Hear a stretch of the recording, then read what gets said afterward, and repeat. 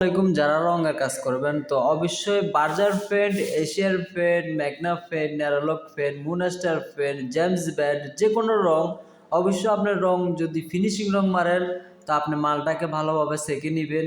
এটার মধ্যে কিন্তু অনেক টিস্যু থাকে, দেখতে পাচ্ছেন। আমরা এই যে রং মারছি খুব সুন্দরভাবে, মালটাকে মার্কিন কাপড় দিয়ে সাকিয়ে নিছি।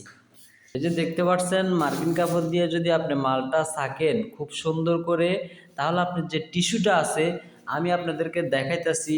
এই যে টিস্যুটা, এটা এটা হচ্ছে টিস্যু। এই যে দেখতে পাচ্ছেন, এই যে আমরা এই যে মাল ছাকছি, এই যে এগুলো হলো সব টিস্যু। আরও দেখাইতেছি আপনাদেরকে। Rock painter Mohammad Hossain. এই যে দেখতে পাচ্ছেন, রং ছাকলে অনেক টিস্যু বাইরে, অনেক ময়লা বাইরে, তো অবশ্যই রংটা ছাকিয়ে ফিনিশিং দিবেন আপনারা।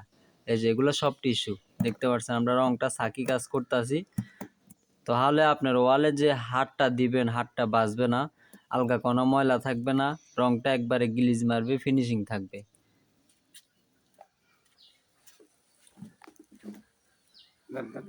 তো এখনো আমার কাজটা কমপ্লিট হয়নি, এখনো মোটামুটি সাইড টানার বাকি আছে, কাটিং এর বাকি আছে, দরজা বাকি আছে, এখনো ফিনিশিং হয় না। যারা রঙের কাজ করাতে চান আমার স্ক্রিনের নাম্বার দেওয়া থাকবে, যোগাযোগ করতে পারবেন।